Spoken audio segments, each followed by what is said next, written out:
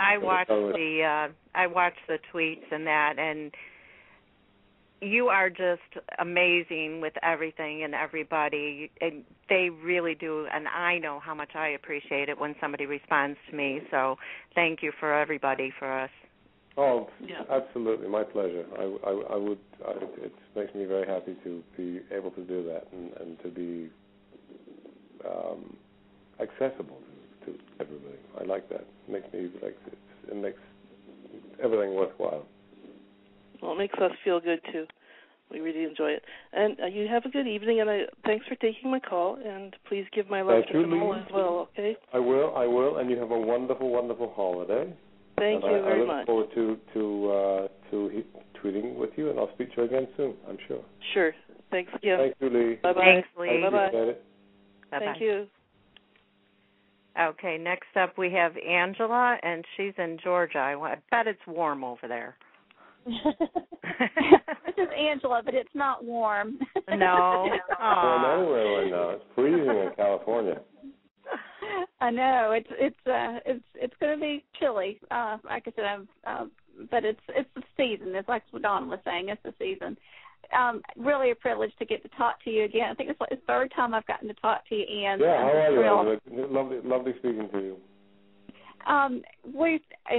Everyone's been saying thrilled to death to have you back on General Hospital. I watched you back in the 80s and just really, really loved it. And, we're so thankful to have you on Days of Our Lives. And you really have, to be on the show for a short period of time, made quite the impression. And, I hope that the folks at General Hospital realize that there are a lot of folks who, and I was already a GH watcher, but that there are a lot of folks from days that are watching General Hospital now because of you. And I think they've kind of recognized that. Yeah. It is a common comment among those of us that tweet, and also just thanking you, like what you were talking about earlier about just being accessible on Twitter and just being so genuine and sincere with the fans. Really, it does. It makes us all feel good, and it makes things more fun. What I was really kind of interested in this time, I guess, is that I know you're working with Finola and just a tremendous, awesome cast. But of course, this would be the first time that you've really worked with Ron and Frank, and so many of us are so happy with the work that they're doing. To me, they're kind of the king of the genre. Both of them are kind of the kings of the genre right now. I would agree. General Hospital is the example of get in there and really fight for your show and make it fun and make it interesting across the board. I think that's one of the beauties of GH right now. I wondered, as you knew that you were going back to General Hospital and reprising Duke, but obviously we've had lots of twists and turns with Faison and all these other things, which have been just great surprises and fun things to look forward to. Did you consciously decide that you wanted to add a certain dimension to Duke as you came back in? Were there things that you're thinking, over the last 20 years of, playing different roles and being with all of your theater background too, that there was something specific you wanted to try to bring to Duke that maybe you didn't bring to it back in the 80s? Well, that's like an excellent question, because I think, I was having all of those thoughts, like, initially at the beginning, and then, I was told that it was actually Faison, like impersonating Duke. So I kind of set aside like all of those thoughts, but now I'm getting to kind of incorporate those. And it's Duke like older. It's Duke,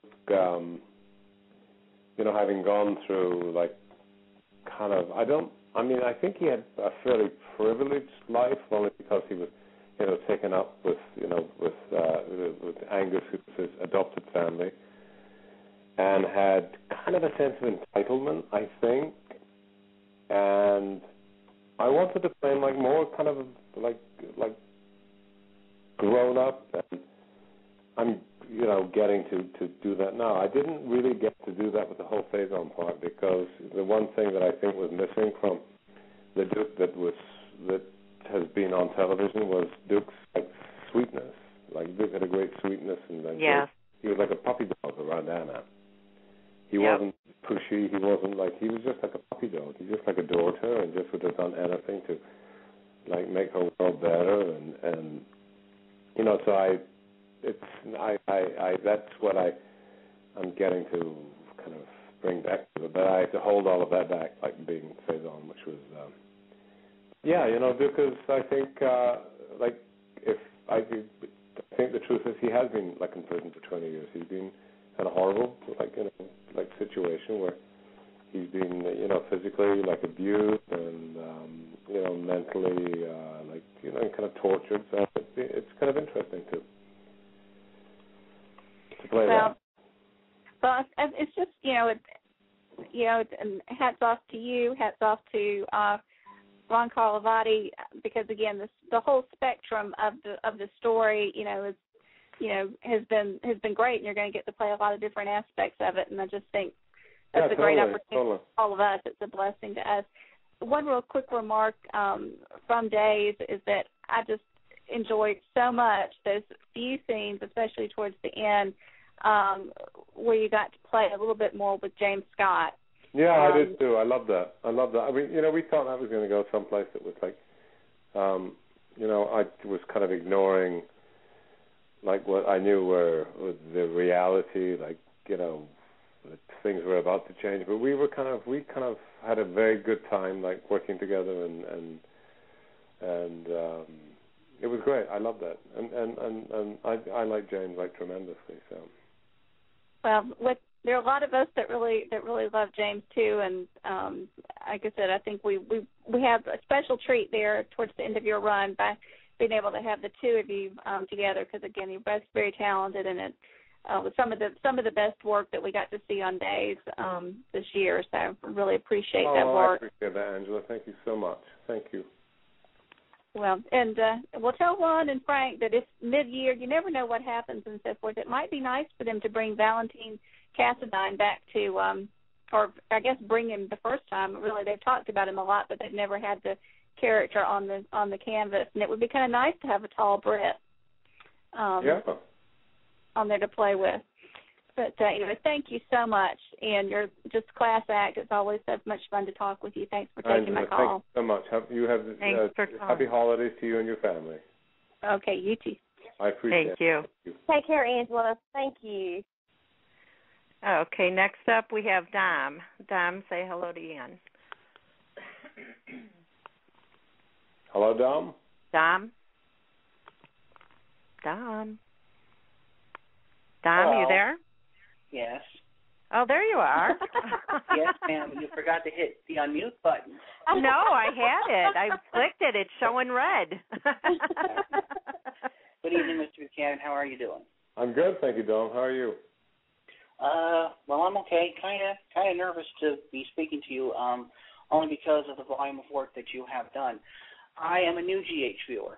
I started watching back in January, I was only a year old when you left the show the first time, so I didn't get to see Duke and Anna in the heyday.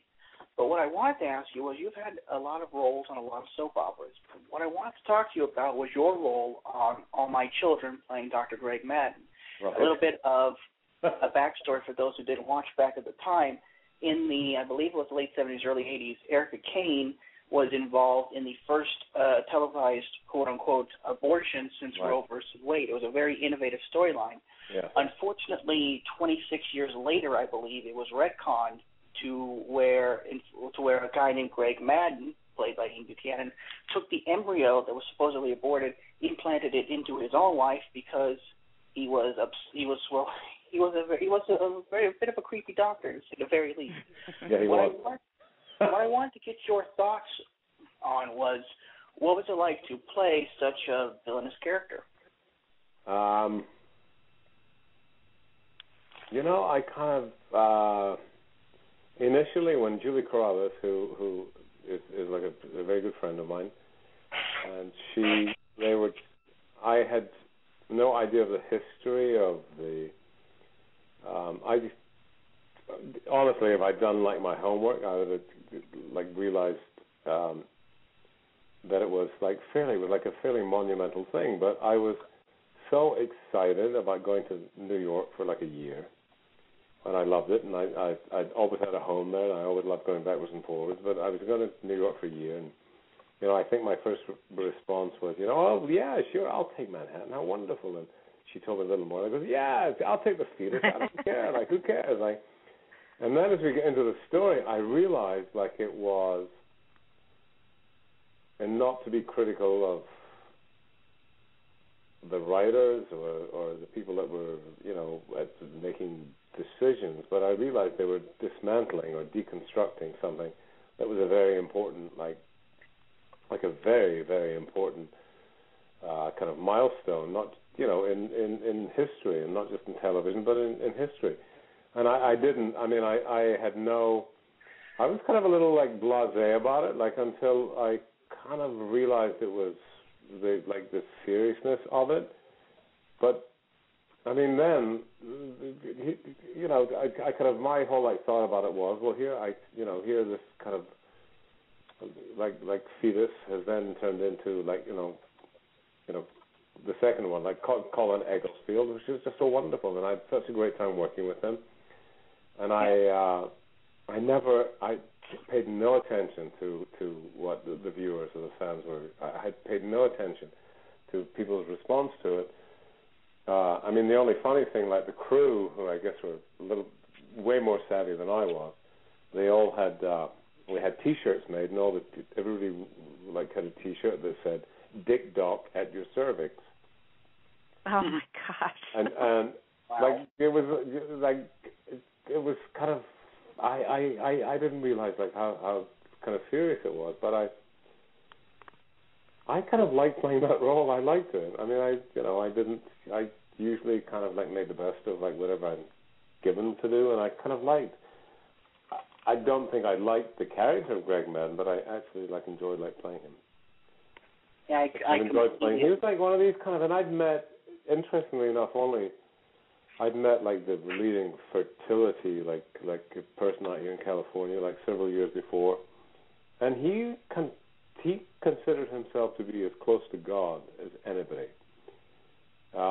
He gave life, and he chose life and everything else, and I kind of think Greg Madden had a little bit of that. Like he considered himself to be a little sort of godlike. Yeah, I completely understand that. As a matter of fact, his big thing was he convinced women to give up their babies, and then he takes the women, he brainwashes them, send them off to some sort of an island for, I don't know, farm, like breeding stock or something. He was, soap operas, you have your outlandish characters. That's part of the fun of a soap opera. And you have to suspend your disbelief, and I think it was kind of cool that you had the, over-the-top villain like Greg Madden. I think you did a good job with that role. Speaking of good jobs, again, I didn't see Duke and Anna back in the day, and to see you and Finola Hughes on screen together, I understand the appeal of what made it so special back in the 80s, and I give props to you and Finola Hughes and everybody for putting together something pretty good. Oh, well, thank you, Dom. I appreciate that. Thank you very much. I appreciate you taking the time out to chat with us. I'm going to go ahead and let the next caller on. So I'll continue to watch GH and look forward to more adventures. Thank you, Dom. You have a wonderful holiday. Thank you. Thanks, Sam. Take care. Thank you, Pam. Talk to you guys later. All right. Is it okay if we go ahead and take one more caller? Sure. Okay. All right. We have David. David, say hello to Ian. Hi, Ian. Hi, David. It's such a pleasure to speak with you. I've been watching GH since the mid to late 70s, so, in recording when there were VCRs and then DVRing. So I've not only seen your recent work, I've seen your original work, and phenomenal. Thank you. Thank you, Dan. You're welcome. And recently I saw you on, I've been recording reruns of Quantum Leap, Oh, right. Phenomenal on that. Yeah, I think that was my first vampire.